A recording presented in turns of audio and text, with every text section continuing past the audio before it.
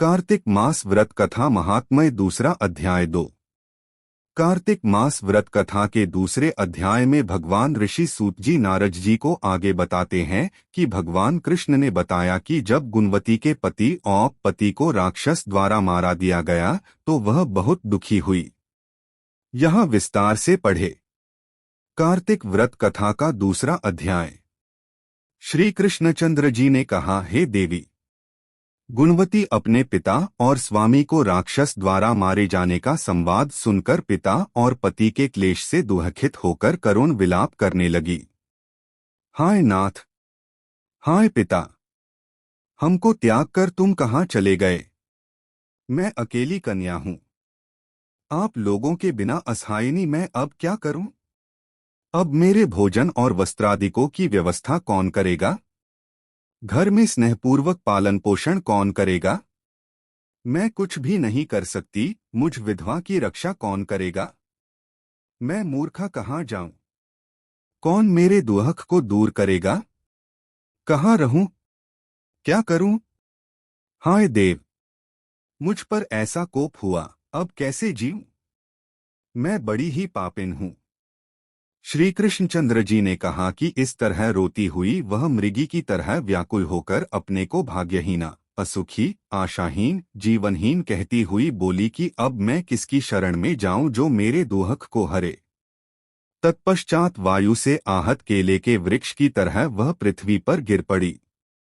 अधिक देर बाद होश में आई, फिर भी अत्यंत करुण विलाप कर बहुत विकल होकर शोक महासागर में डूब गई। अपने घर की सारी वस्तुएं बेचकर सावधानी के साथ उसने अपने पिता और पति की यथाशक्ति श्राद्धादिक क्रिया की। उसके पश्चात उसी पुरी में निवास करती हुई वह विष्णु भगवान की भक्ति में तत्पर होकर शुद्ध तथा शांत स्वभाव से अपनी इंद्रियों को अपने वश में करके वहीं रहने लगी।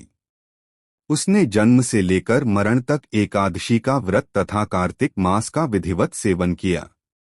हे प्रिय, ये दोनों एकादशी और कार्तिक व्रत हमें बड़े ही प्रिय हैं।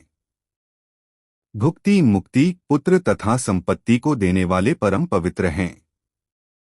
जो मनुष्य तुला की संक्रांति रहते हुए कार्तिक मास में प्रातःकाल में स्नान करते हैं, वे चाहे पापी ही हों तो भी वे पापों से मुक्त हो जाते हैं। जो मनुष्य कार्तिक स्नान, जागरण, दीपदान तथा तुलसी के वृक्ष की रक्षा करते हैं, वे साक्षात विष्णु भगवान के तुल्य हैं। जो भक्त कार्तिक मास में विष्णु भगवान के मंदिर की स्वच्छता तथा विष्णु भगवान का स्वस्तिवचन करते हैं, वे प्राणी तो जीवन मुक्त हैं। इस प्रकार जो जन कार्तिक मास में 3 दिन तक श्री विष्णु के मंदिर की स्वच्छता अथवा उनका पूजन करते हैं, देवतागण भी उनकी वंदना करते हैं। जिन्होंने जन्म भर इस नियम का पालन किया है, उनका तो कहना ही क्या है। इसी प्रकार वह गुणवती विधवा दत्तचित्त होकर प्रतिवर्ष कार्तिक का व्रत और विष्णु भगवान की पूजा भक्तिपूर्वक करती रही। हे प्रिय, एक बार वह रोग के कारण दुबली हो गई थी तथा ज्वर से पीड़ित होने पर धीरे धीरे किसी प्रकार गंगा स्नान करने को गई। वह जल में स्नान करने के निमित्त उतरी और जाड़े से कांपने लगी और विकल हो गई। तब उसने आकाश की ओर से अपनी ओर आते हुए एक विमान को देखा, जो शंख, चक्र, गदा और पद्म आदि विविध शस्त्रों से सुशोभित विष्णु भगवान का रूप धारण करने वाला था। रथ पर उनके वाहन गरुड़ की ध्वजा अंकित थी। तब मेरे विष्णु के गण विमान पर चढ़ाकर उस पर चंवर डुलाते हुए अप्सरागणों से सुशोभित उस गुणवती को बैकुंठ लोक में ले गए। वह गुणवती प्रज्वलित अग्नि की शिखा की तरह उस विमान में बैठी हुई एकमात्र कार्तिक व्रत के प्रभाव से मेरे समीप आई। इसके अनंतर जब ब्रह्मादिक देवताओं के प्रार्थना करने पर मैं इस मानवलोक में आया, तब मेरे गण भी मेरे साथ आए। हे भामिनी, ये समस्त यादव मेरे ही गण हैं। देवशर्मा नामक विप्र जो पूर्व जन्म में तुम्हारा पिता था, वही इस जन्म में सत्राजित होकर यहाँ है। जो पूर्व जन्म में तुम्हारे पति चंद्रशर्मा थे, वही अक्रूर हुए। और हे भामिनी, तू ही वह गुणवती है। कार्तिक व्रत के पुण्य से ही तू मुझे अति प्यारी है।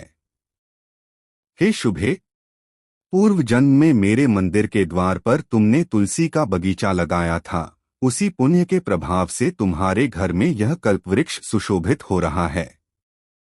पूर्व जन्म में जो तुमने कार्तिक मास में दीपदान किया था, इसी कारण तुम्हारे शरीर में शोभा और तुम्हारे घर में साक्षात अचल लक्ष्मी निवास करती है।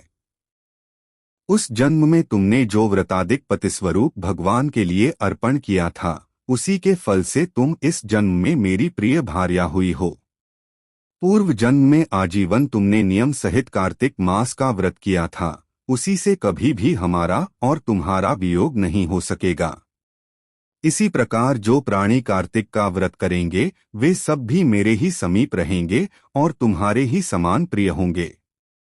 यज्ञ, दान, व्रत तथा तपस्या करने वाले मनुष्यों को जो फल प्राप्त होता है, वह कार्तिक व्रत के पुण्य फल का 16वां भाग भी नहीं होता। श्री सूत जी बोले, इस प्रकार सत्यभामा श्री कृष्ण भगवान से अपने पूर्वजन्म संबंधी पुण्य के प्रभाव का वृत्तांत सुनकर प्रसन्न हुई तथा सारे संसार के आदिकारण भगवान श्री कृष्णचंद्र जी को प्रणाम करके बोली,